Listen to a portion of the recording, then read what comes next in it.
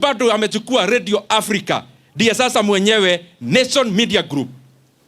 Jitokeze tu, hatuna shida wewe chukua kitu, lakini jitokeze abia wa Kenya, hii gazeti ni yako, hata hii ingine ni yako.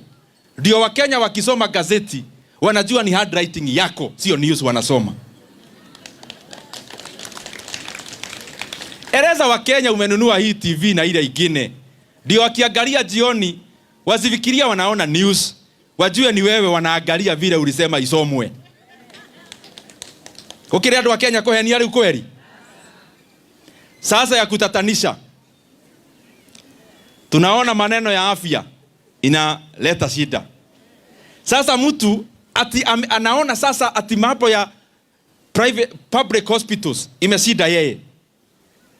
Ati jana tunaona mzee wa miaka over 80 daktari ati anapelekwa police station anafugiwa huko kwa sababu kuna mabwenyenye.